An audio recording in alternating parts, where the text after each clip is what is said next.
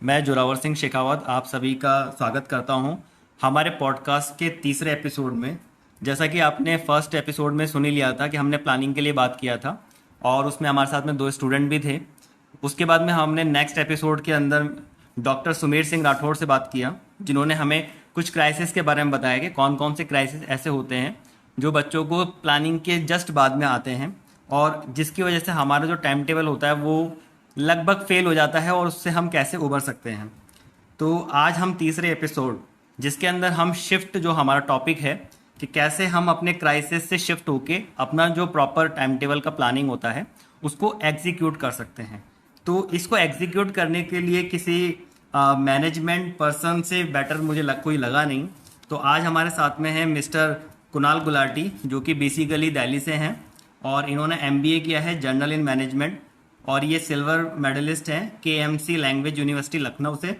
2019 में इन्होंने अपना जो है ये प्रोग्राम कंप्लीट किया था। साथ ही साथ में ये certification in sustainable finance from United nation भी हैं।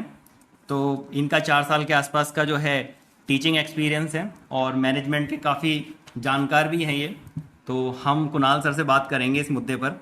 तो कुणाल सर, पहले इस पॉइंट पे हम आगे बढ़ें उससे पहले मैं जानना चाहता हूँ कि जैसे कि आप मैनेजमेंट पर्सन हैं, तो आप अपनी लाइफ में कौन कौन से ऐसे रूल्स जो हैं फॉलो करते हैं जो आपके बेसिक रूल्स हैं, तो उनके बारे में ज़रा बताएं। First of all, thank you, sir, for giving me the opportunity to enlighten the people from your podcast. And अभी आपने जैसे पूछा कि मैनेजमेंट के कौन कौन से रूल हैं वो हम अपनी लाइफ में कैसे इम्प्लीमेंट करते हैं when it's come to overcome from crisis and shifting. Sir, हमें पहले तो ये पता होना चाहिए शिफ्टिंग हम किस चीज़ के लिए कर रहे हैं। Okay. Okay. And type of shifting क्या होना चाहिए और उसके पीछे कॉन्सिक्वेंसेस क्या होने चाहिए। ठीक है। एक होगी क्विक शिफ्टिंग, जो ऑल सडन आपकी लाइफ में कोई प्रॉब्लम आ रही है, आपको एक जगह से दूसरी जगह पर जाना है। ठीक है। और दूसरी शिफ्टिंग होगी that is related with your long term plans. ठीक है सर। उसके लिए आपको एक प्रॉपर एग्जीक्यूशन चाहिए और एक प्रॉपर प्लानिंग एंड पॉलिसीज चाहिए। ओके। ठीक है सर। एंड बेसिकली जो सेकंड है शिफ्टिंग, जो मैं आपको बता रहा हूँ लॉन्ग टर्म है, बेसिकली ये उसमें देखी जाती है जिसमें जो स्टूडेंट्स होते हैं वो are baffling in their life, वो are completely like unconscious like what they want to do in their life exactly. Okay sir. तो this is what I can tell you about in your first question sir. Okay.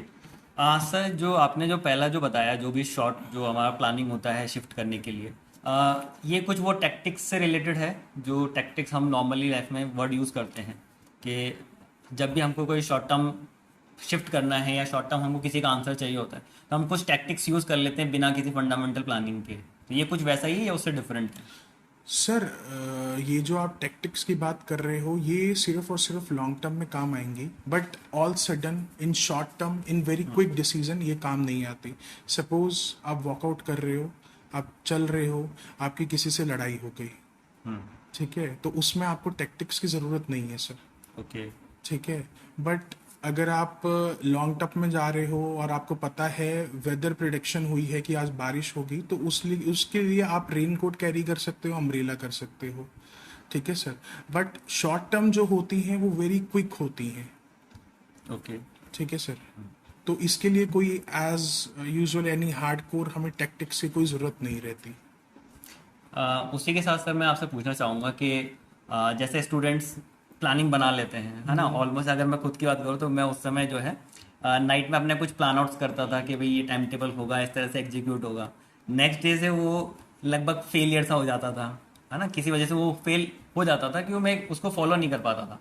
तो उसके बारे में आप क्या कहना चाहेंगे? क्योंकि देखिए, एक टाइम के बाद तो आदमी मिच्योर हो ही जाता है, वो चीज़ों को थोड़ा सा काम पे कर सकता है, लेकिन जब एज ए स्टूडेंट जब होता है या कम एज का जब होता है स्टूडेंट, तो उस समय उसको क्या ऐसी चीज़ करनी चाहिए जो हेल्प करेगी इस चीज़ में कि वो अपने टाइम टेबल को, अपनी प्लानिंग को अच्छे से फॉलो कर पाए? सर, मैच्योरिटी जो है वो एज से नहीं आती, that comes with experience. Okay. And experience आपको कैसे मिलेंगे सर? आपके फेलियर से। ठीक है। और रही बात प्लानिंग की, sir, as you know that life is completely unpredictable. We are completely unknown what will happen to us in very next moment. Okay, so the answer is that planning is important, undoubtedly, but in some level. Okay, when it's come to the corporate sector, when it's come to some other things, okay, like we have some function, we have some events, we have some conferences. Okay, in those cases we need to have a proper planning, and then we execute the things as per the planning which we have done before. Okay, but when it's come to the timetable that helps the student for their smooth flow of education, in that we need a practice. We need a practice, we need to keep the habit of a gratitude. Okay, तो basically आपका कहने का मतलब है कि एक habit हम बनाते चलें, धीरे धीरे प्रैक्टिस करें, बिल्कुल तो वो उसके बाद में वो फ्लो में बिल्कुल चीज़ें आ बिल्कुल जाएंगी। बिल्कुल बिल्कुल। ओके।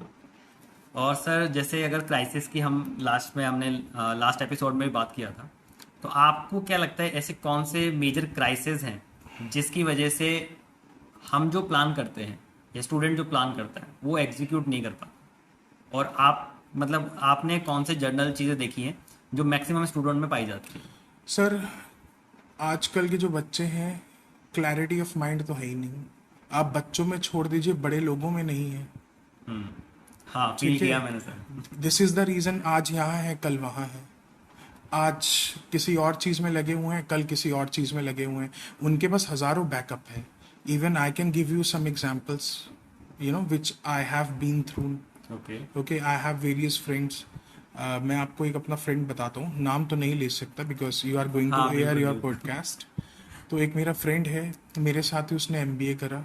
आफ्टर एमबीए उसने एमकॉम करा, देन उसने लाइब्रेरी साइंस का कुछ करा। ठीक है, अभी वो कुछ इकोनॉमिक्स में कर रहा है। तो आप इसमें ही देखिए, जो 28 29 का है उसमें ही क्लैरिटी नहीं है, तो बच्चों में कैसे होगी क्लैरिटी? जो है सर, ये जो है ये एजुकेशन सिस्टम को इम्प्रूवमेंट से होगी, और ये जो है हमारे पेरेंट्स और हमारी सोसाइटी की हेल्प से होगी। ठीक है, वैसे क्लैरिटी जो है वो नहीं हो पाएगी, बिकॉज अभी जो बच्चे हैं वो रैट रेस में हैं, और जो कट थ्रॉट कंपटीशन है, just because we have some area of interest in which we compel our students, we compel our children also to अपना गवर्नमेंट जॉब की तरफ जाओ। हाँ, ये सर ये भी मैंने बहुत देखा है। और आई थिंक हमने जो फर्स्ट वाला जो हमारा एपिसोड था उसके अंदर बात भी किया था इसके बारे में, कि उनको लगता है कि मतलब और कुछ मिल नहीं रहा है तो ऐसा करते हैं गवर्नमेंट जॉब करते हैं जो सब लोग कर रहे हैं, और फिर उसी के अंदर आगे बढ़ते हैं। सर, एक इंसान को मैं जानता हूँ, like not personally, but I met the person various time. Okay, उसने बीटेक करा है एमआईटी नोएडा से। ठीक है, 3-4 साल का कॉर्पोरेट एक्सपीरियंस है। अभी यूपीएससी की कोचिंग कर रहा है, अच्छी खासी जॉब छोड़ के। क्या परसेंटेज है कि वो क्रैक कर लेगा? है ना? तो कोई ऐसा कुछ परसेंटेज ऑफ सक्सेस तो है ही नहीं। बिल्कुल, और सब्जेक्ट्स भी थोड़े से डिफरेंट है ना वहाँ। हाँ, तो पॉलिटिकल साइंस और उस तरह के वहाँ पर सब्जेक्ट पब्लिक एडमिनिस्ट्रेशन है, हाँ, वहाँ इस पर तरह के जीके सब्जेक्ट्स आते है, हैं। मैथमेटिक्स है, बहुत सारी चीजें हैं। क्योंकि कॉर्पोरेट में तो वो सारी चीज़ें थोड़ी सी डिफरेंट हो जाती है, अलग चीज़ पे काम कर रहे हो। हाँ, पूरा एजुकेशन सिस्टम ही अलग है, पूरा लर्निंग प्रोसेस ही अलग है उसका। उसके साथ सर मैं बात करना चाहूँगा कि आप थोड़ा सा एक्सपीरियंस शेयर करें अपने कॉलेज टाइम का या स्कूल टाइम का, जो आपको लगता है कि आपकी लाइफ में मतलब एक या तो बेंचमार्क था या आपके लिए टर्निंग पॉइंट रहा, कुछ ऐसा। अच्छा, चलिए। थोड़ा सा इंटरेस्टिंग रहेगा। स्टोरी टेलिंग जो है हमारा ऑडियंस को काफ़ी पसंद भी आता है, और मुझे लगता है कि इससे जो हमारे लिसनर्स हैं वो काफ़ी सारी चीज़ें आसानी से सीख पाएंगे। You know, I had my 12th exams इन 2012। 2012 में मैंने अपने 12th एग्जाम्स अपीयर करे थे। ठीक है, एंड सम हाउ मेरा मार्क्स जो था कुछ अच्छा नहीं था, जस्ट बिकॉज घर में कुछ प्रॉब्लम्स थी। मेरे घर में जेन्युइनली थी, क्योंकि आजकल होता है ना कि बच्चे झूठ बोल देते हैं कि हमने अच्छे मार्क्स नहीं आए, कोई दिक्कत थी। मेरे घर में जेन्युइनली प्रॉब्लम थी। ठीक है, तो इतना हो नहीं पाया मेरे से। तो मेरा मार्क्स जो था 12th क्लास में बहुत कम था। That was around less than 50 I can say. Okay. ठीक है, इसकी वजह से मेरा डीयू में एडमिशन नहीं हुआ। ठीक है, मुझे कहीं और से करना पड़ा। और इवन ग्रेजुएशन मैंने ये रियलाइज़ नहीं करा कि मतलब इंडिया में एजुकेशन में नहीं, मार्क्स में ज़्यादा फोकस करा जाता है, लर्निंग में नहीं फोकस करा जाता। आपने कितने परसेंट मार्क्स स्कोर करे हैं उसको इम्पोर्टेंस दी जाती है, instant of giving the importance to the skills, how many skills you have acquired throughout your journey. Okay, तो कैसे ना कैसे करके मैंने अपना जो है अपना ग्रेजुएशन वो 55 to 56% में ख़त्म करा। देन उसके बाद मैंने अपना मतलब उसके बाद मुझे रियलाइज़ हुआ, क्योंकि मेरे फ्रेंड्स थे, किसी ने एमबीए करना था, किसी ने कुछ करना था, तो सब लोगों ने बोला कि भाई आगे क्या करना है। मेरे तो मार्क्स कम थे, ठीक है, डायरेक्ट एडमिशन भी नहीं हो रहा था। तो मतलब जब मुझे पता पड़ा ना कि मेरे मार्क्स इतने हैं, तो I took a break for a 6 month. ठीक है सर। और उसके बाद मैंने कैट का प्रिपरेशन करा। 2017 में एक यूनिवर्सिटी है आपकी उत्तर प्रदेश में, doctor APJ Abdul Kalam technical university, ठीक हाँ, है। सुना। तो ये जो यूनिवर्सिटी है ये कंबाइंड एंट्रेंस टेस्ट करवाती थी मैनेजमेंट प्रोग्राम का, ओके। ठीक है। तो somehow I am blessed enough कि मैंने एंट्रेंस में अपीयर करा एंड आई गॉट 560 रैंक, ठीक है। तो मेरे को गवर्नमेंट यूनिवर्सिटी मिली किसी तरीके से, मेन कैंपस, कॉलेज भी नहीं। तो थ्रू आउट द कैंपस मुझे पता पड़ा कि भाई जो मेरी क्लास के बच्चे हैं, मतलब 10th में 96%, 12th में 90, ग्रेजुएशन में 80, ठीक है, मैं ही एक नालायक हूँ जो मेरी इतनी कम आई है। और उसके बाद सर ड्यूरिंग द ग्रेजुएशन ना सर मुझे पता पड़ा कि भाई पढ़ाई तो करनी पड़ेगी, ठीक है, नहीं तो प्लेसमेंट नहीं होगी, नहीं तो कुछ नहीं होगा। तो उसके बाद सर मैंने थोड़ी थोड़ी पढ़ाई करना स्टार्ट करा, चीज़ों को सीखना स्टार्ट करा, ठीक है। फिर जब मेरा अपना एमबीए मेरा कंप्लीट हुआ, जब मेरे को चीज़ों को समझना स्टार्ट हुआ, मार्क्स आए, तो मुझे पता पड़ा कि हाँ भैया अभी जो हम है भी मेरे कर को सकते हम हैं। भी कर सकते हैं। और इवन हम यूनिवर्सिटी के अंदर आके किसी दूसरी स्टेट में आके उनका मेडल छील के जा सकते हैं। आप समझ रहे हैं सर। जब बिल्कुल जब सर। आपको उस टाइम जो गवर्नर थी, and she is also current governor of Uttar Pradesh, Shri Anandi Ben Patel. तो she came to are like she was the like क्या बोलते हैं उसको, चांसलर हैं वो अभी भी। Okay. She is the chancellor of the state government, entire state government university that are in the Uttar Pradesh. Okay, she was the principal that time. तो वो आई, तो उन्होंने लाइक अच्छा लगता है ना कि आपको गवर्नर हाँ आके हाँ आपको हाँ, मेडल दे बिल्कुल। रहा है। तो that was a very proud moment for me कि हाँ हाँ यार, चलो कुछ ना कुछ तो जिंदगी में अच्छा करा हमने। और दूसरी चीज ये थी कि न्यूज़पेपर में नाम आया। आज तक मेरे घर में किसी का नाम नहीं आया न्यूज़पेपर में। चलिए सर, बहुत अच्छी बात है। एक्चुअली सर, इस जो आपने जो स्टोरी बताई ना, उससे मैं काफ़ी रिलेट भी कर पा रहा हूँ। बस हमारे बीच में ना 1 साल का डिफरेंस था। अच्छा तो मैंने 2011 में 12th का एग्ज़ाम दिया। अच्छा। और फिर जो आप बता रहे हैं क्लैरिटी, उस समय क्लैरिटी हमारे टाइम पे बिल्कुल नहीं था हमारे पास। और क्या करना है आगे, कैसे एग्जीक्यूट होगा, साइंस मैथ तो ले ही लिया था और जैसे जैसे 12th भी कर लिया था।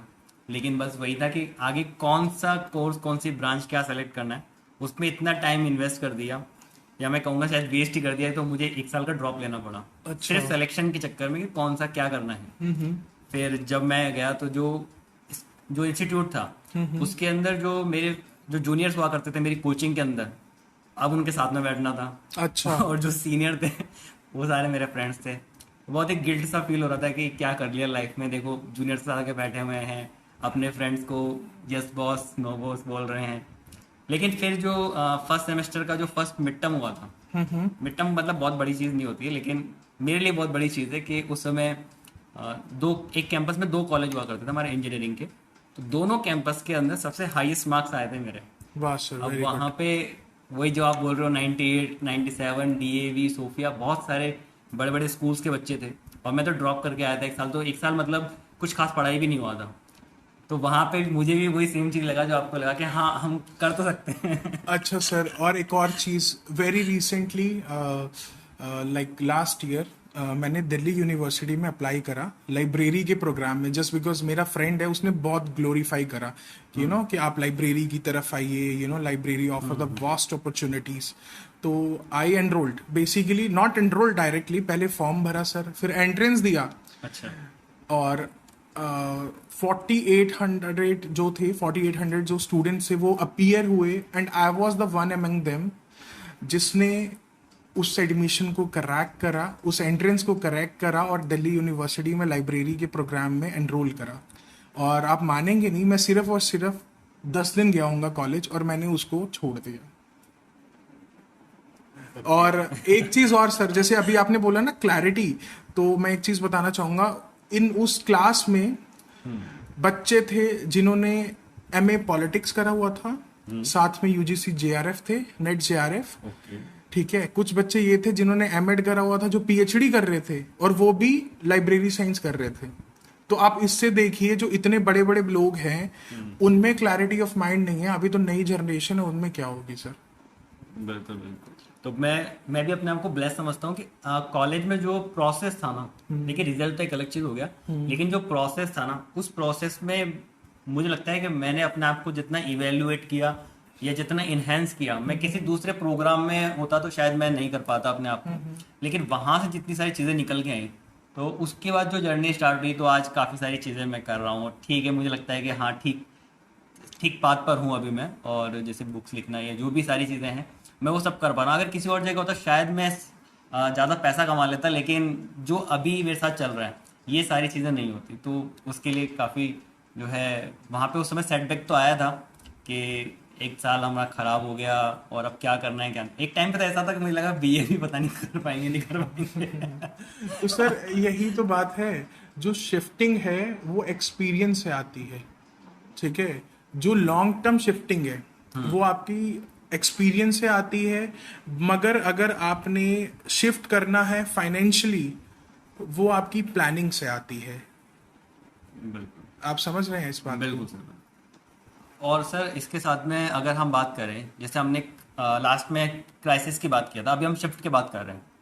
तो शिफ्ट में आप ऐसे कौन से दो चार पॉइंट्स मानते हैं, जैसे आपने हालांकि बहुत सारा जो है इसमें एक्सप्लेन कर दिया है, लेकिन हमें शॉर्ट में अगर बात करूँ तो ऐसे कौन से 2-3 पॉइंट्स हैं जिसका ध्यान हर स्टूडेंट को रखना चाहिए, इवन हमको भी रखना चाहिए, है ना? ये एक्चुअली मेरे पर्सनल इन्हेंसमेंट के लिए भी है। बताएं सर। देखिए सर, शिफ्टिंग में जो पॉइंट्स हैं वो आपका नेचर ऑफ इंटरेस्ट पे डिपेंड रखते हैं। ठीक है, आप इस चीज को समझिए। अगर आप पे कोई चिल्ला रहा है, if somebody is lashing out on you, आप क्या करेंगे? अगर थोड़ा सा गुस्सा आ गया आप थोड़ा सा गुस्सा आएगा तो आप उसको एक दो कुछ लगा देंगे। हाँ, ठीक है, नहीं तो कम से कम बोल लेंगे सर। कम से कम बोलेंगे। ठीक है, और इसमें जो इंट्रोवर्ट बंदा होगा वो क्या करेगा? वो उसको वो नहीं। बहुत ही ज्यादा एमिकेबल वे से उस आर्ग्यूमेंट को, अपने आप को वहां से स्केप करने की कोशिश करेगा।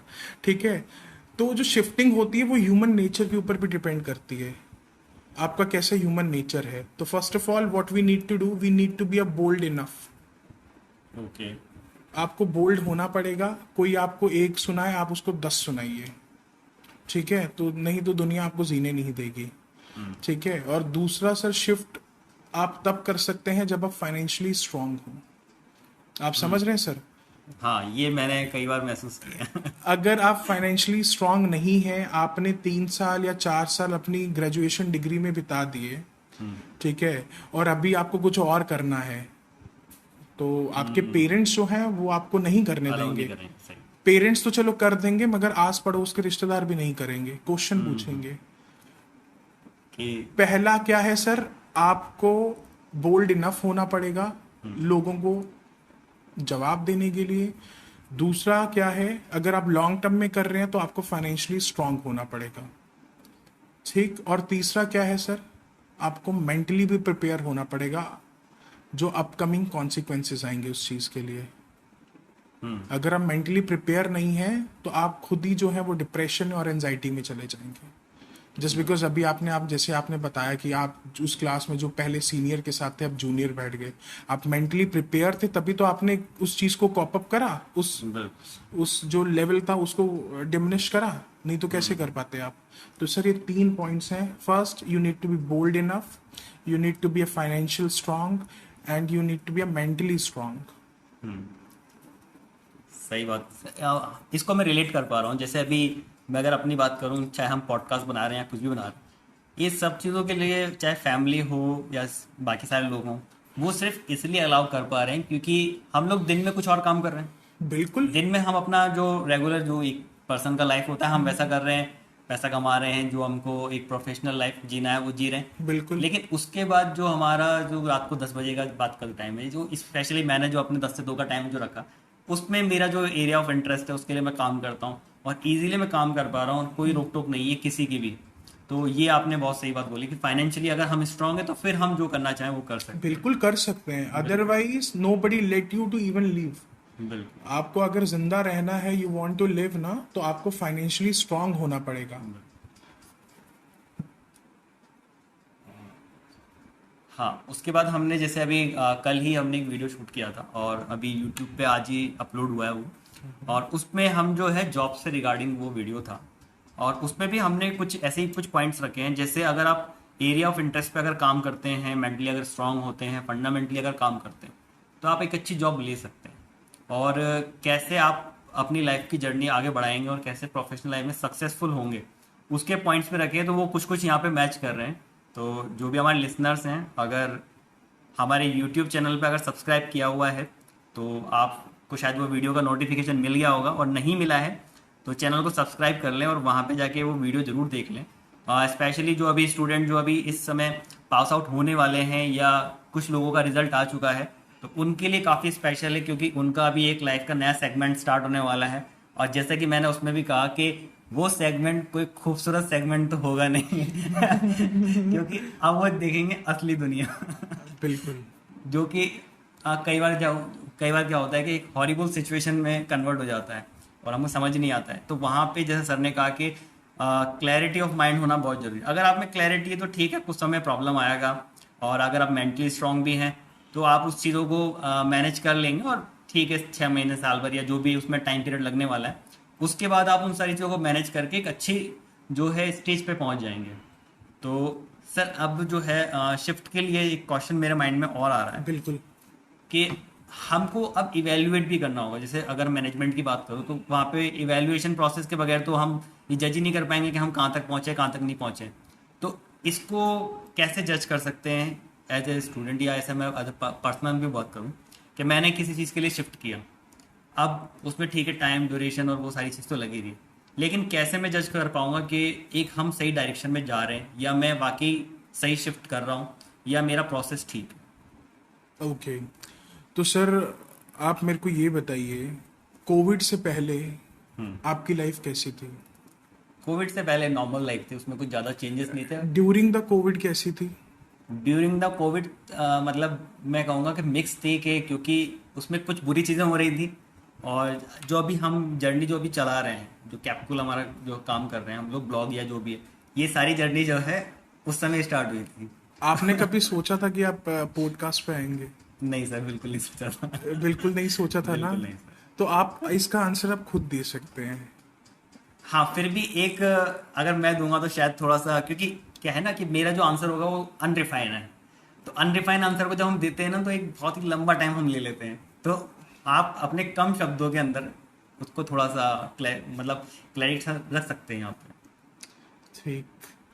सर आपकी डायरेक्शन कैसे चल रही है और आपकी एम्बिशंस कैसी चल रही है, whether you are working in well defined manner to achieve your goals और नॉट? ठीक है, इसके लिए आपको क्या करना है? इसके लिए आपको कुछ भी नहीं करना। इसके लिए सिर्फ और सिर्फ आपको वो देखना है कि जो आपने कल एक शेड्यूलिंग करी थी, आपने उसके अकॉर्डिंग काम करा या नहीं करा। ठीक है, स्टार्टिंग में मैंने ये बोला था शेड्यूलिंग की प्रैक्टिस कैसे होगी, वो होगी डिसिप्लिन से। And what is a discipline? Discipline is a art.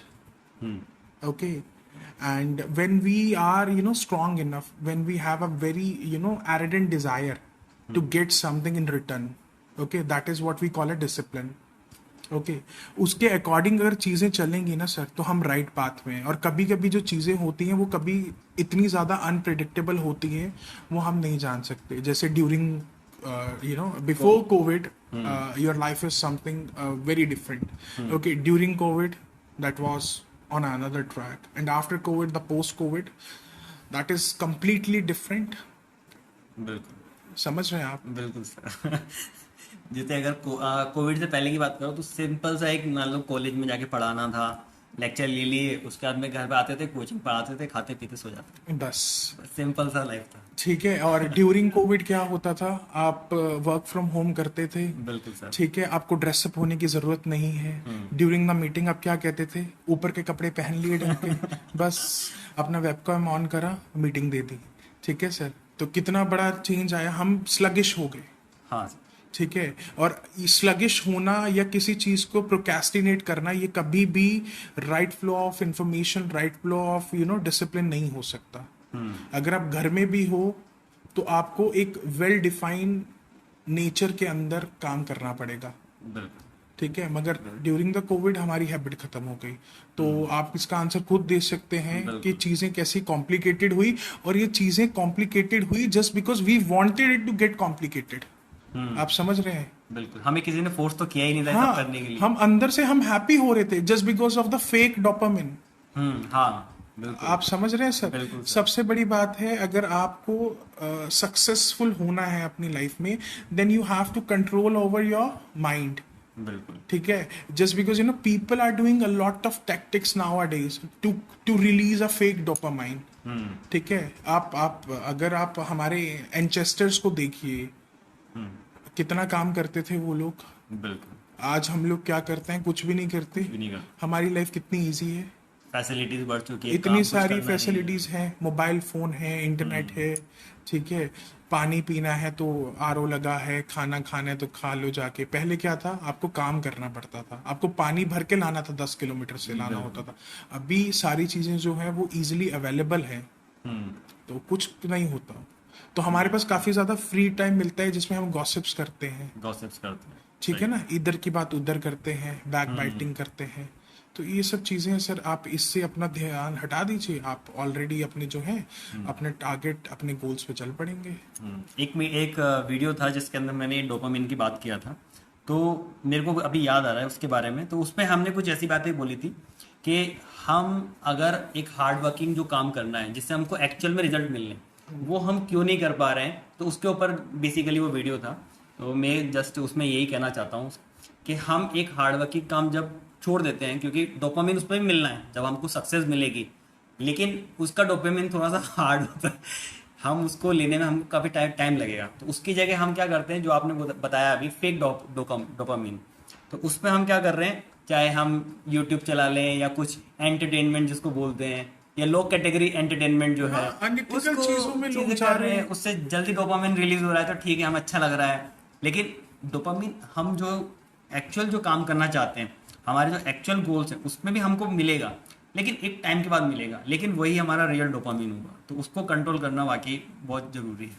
और मैंने कई यूट्यूबर्स को देखा है, मतलब वो काफ़ी लोग इस पर डिस्कस करते हैं कि ऐसा क्यों हो रहा है आज के टाइम में हमारे साथ में, कि हम जो करना चाह रहे हैं वो क्यों नहीं कर पा रहे।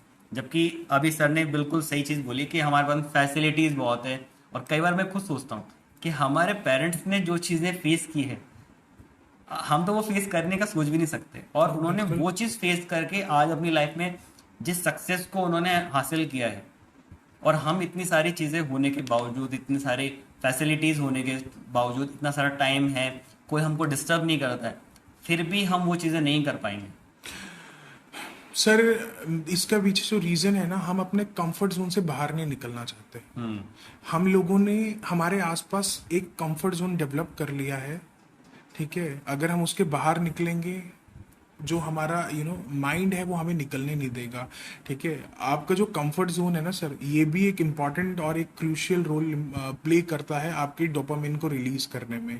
ठीक है, आप एग्जांपल समझिए, आजकल हम ह्यूमन बींग्स कैसे हो गए हैं, we are just like a monkeys, एक पेड़ से दूसरे पेड़ में, दूसरे पेड़ से तीसरे पेड़ में। ठीक है, this is all about a shifting, मगर हमें यही नहीं पता किस चीज के लिए शिफ्ट कर रहे हैं हम। बिल्कुल। तो अभी होता क्या है ना, जैसे अगर मेरे को कहीं पे ट्रैवलिंग करना है, अब जिस रूट के लिए मैंने कई बार ट्रैवलिंग किया है, मुझे वो इजी लगता है। और कई बार नई लोकेशन होती है कि वहाँ पे ट्रैवलिंग करता, लगता है अरे क्या, भले ही चाहे कैसा भी फैसिलिटी मिल जाए, कुछ भी हो जाए, अरे यार मैं नहीं करना चाहता ये सर, तो वो सेम चीज़ बिल्कुल ये आपको करना। ये परसेप्शन भी होता है कभी कभी, जो है ना, हम किसी चीज के बारे में परसेप्शन बना लेते हैं, एक नरेटिव बना लेते हैं नेगेटिव, और वो नेगेटिव नरेटिव होता है ना, वो हमारे साथ रहता है for a long period of time, until unless we pressurize or compel our mind to accept it that we are wrong enough. या फिर जब तक हम उसको टेस्ट करके बिल्कुल प्रूव ना कर ले कि हाँ भाई ठीक है, सही है या गलत है, जो भी है। बिल्कुल। जब मैं लखनऊ में था इससे पहले, तो लखनऊ जाने के ना दो रास्ते हैं। एक आपका है अलीगढ़ वाया कानपुर लखनऊ, ओके। और दूसरा है आपका मुरादाबाद वाया बरेली लखनऊ। जो मुरादाबाद वाला रूट है, बरेली वाला, उसमें जो ट्रेन है वो 12 घंटे लेती है, और बस भी जो है 12-13 घंटे लेती है, just because of poor connectivity, poor road connectivity, I can say that. But मुझे ये चीज नहीं समझ में आती। I often get flabbergasted whenever I think about that, like what exactly was the main reason why train took this much of time। तो जब मैं आपका वहाँ से जाता हूँ कानपुर, अलीगढ़ वाया कानपुर, वहाँ पर जो है सर आपकी शताब्दी चलती है। ओके। ठीक है, जो शताब्दी है सर 7 घंटे में पहुँचाती है, और शताब्दी जो है उस रूट पे नहीं चलती। आप समझ रहे हैं? It is just the merely reason कि आप 7 घंटे में वो जो है 550 का डिस्टेंस कवर कर रहे हो। और जो आपका बरेली वाला रूट है ना, आपका बरेली वाला जो रूट है, मुरादाबाद बरेली वाला, उसका जो डिस्टेंस है वो 30-40 किलोमीटर पहले ही है, मतलब कम ही है। अच्छा। ठीक है, just because of the train, कि वो ट्रेन उस ट्रैक पर नहीं है। बिल्कुल बिल्कुल। आप समझ रहे हैं? अगर वो ट्रेन उधर भी चल पड़ेगी तो डिस्टेंस जो है वो कम टाइम में क्या उससे जल्दी हो जाएगा। उससे जल्दी हो जाएगा। हाँ, तो ये एक मेन रीजन होता है, और हम जो है उसको क्रिटिसाइज करना स्टार्ट हो जाते हैं, अरे भैया क्या खराब है ये वो। सही है, सही है, बिल्कुल। आप समझे ना? बहुत इस सारे बात को? हाँ फैक्टर्स हैं जिसको बहुत हमको सारे समझना फैक्टर्स पड़ेगा। होते हैं। कभी वो फैक्टर्स विजिबल होते हैं, कभी अनविजिबल होते हैं। जो अनविजिबल फैक्टर्स होते हैं, we need to discover it. तो अगर हम इस पूरी जो चर्चा को अगर हम समराइज करें तो बेसिकली कुछ पॉइंट्स निकल के आ रहे हैं। तो वो कुछ पॉइंट्स इस तरह से हैं कि हमको अपना माइंडसेट, अपना जो मेंटल स्ट्रेंथ है वो बढ़ाना पड़ेगा, और जो भी चीज़ हम शिफ्ट करना चाह रहे हैं उसको पहले हम अच्छे से प्लान कर लें, और उसके ऊपर हमें काफ़ी सारा काम करना है, ये हम अपना माइंडसेट ज़रूर बना लें। और साथ ही साथ हम जो भी उसमें प्लानिंग कर रहे हैं उसको अच्छे से एग्जीक्यूट करें, डिसिप्लिन रखें, और जितना टाइम हमारे पास में है उसके लिए हम थैंकफुल रहें, और उस टाइम का अच्छे से यूटिलाइजेशन करें, और कैसे हम और आगे उसमें बढ़ सकते हैं, और डे बाय डे हम उसको इंक्रीज करते चले जाएं, ताकि एक टाइम के बाद में हमारी जर्नी जो है वो एक अच्छे लेवल तक जाए, और फिर हम एक्चुअल में जो अचीव करना चाहते हैं उसको हम अचीव कर पाए। तो आई थिंक कि हमने जो सारे जो पॉइंट्स थे हमारे, वो हमने अपने 3rd एपिसोड के अंदर जो है कवर कर लिए हैं। और अगर मुझे कुछ ऐसे पॉइंट्स नज़र आएंगे जो इस सब एपिसोड में कवर नहीं हुए, तो उसको हम ज़रूर 4th एपिसोड में ज़रूर लेंगे। तो और मैं कोशिश करूँगा कि जब हमारा 8th एपिसोड हो तो जितने भी एपिसोड्स के अंदर स्पीकर्स आए हैं उन सभी को मैं एक साथ ला पाऊँ। हालांकि थोड़ा डिफिकल्ट लग रहा है, लेकिन जैसे सर ने कहा कि हमें मतलब पहले से कोई धारणा नहीं बनानी है, उसको एक्चुअल में जब वो टाइम आएगा तब देखा जाएगा कि क्या हम उसमें बेस्ट कर सकते हैं, या हो सकता है अगर उसके लिए थोड़ा टाइम आगे पीछे करना पड़ा तो कैसे हम करते हैं देखते हैं, वो तो देखने वाली बात है। तो हम इस एपिसोड को यहीं पे कंप्लीट करते हैं, और मैं कुणाल सर का थैंक यू करना चाहूँगा कि उन्होंने अपना कीमती समय निकाला और बच्चों को जो है मैनेजमेंट के बारे में काफ़ी सारी चीज़ें बताई। तो thank you so much sir. Thank you sir, please accept my gratitude कि आपने मुझे अपॉर्चुनिटी दी। Thank you very much sir. Thank you so much sir.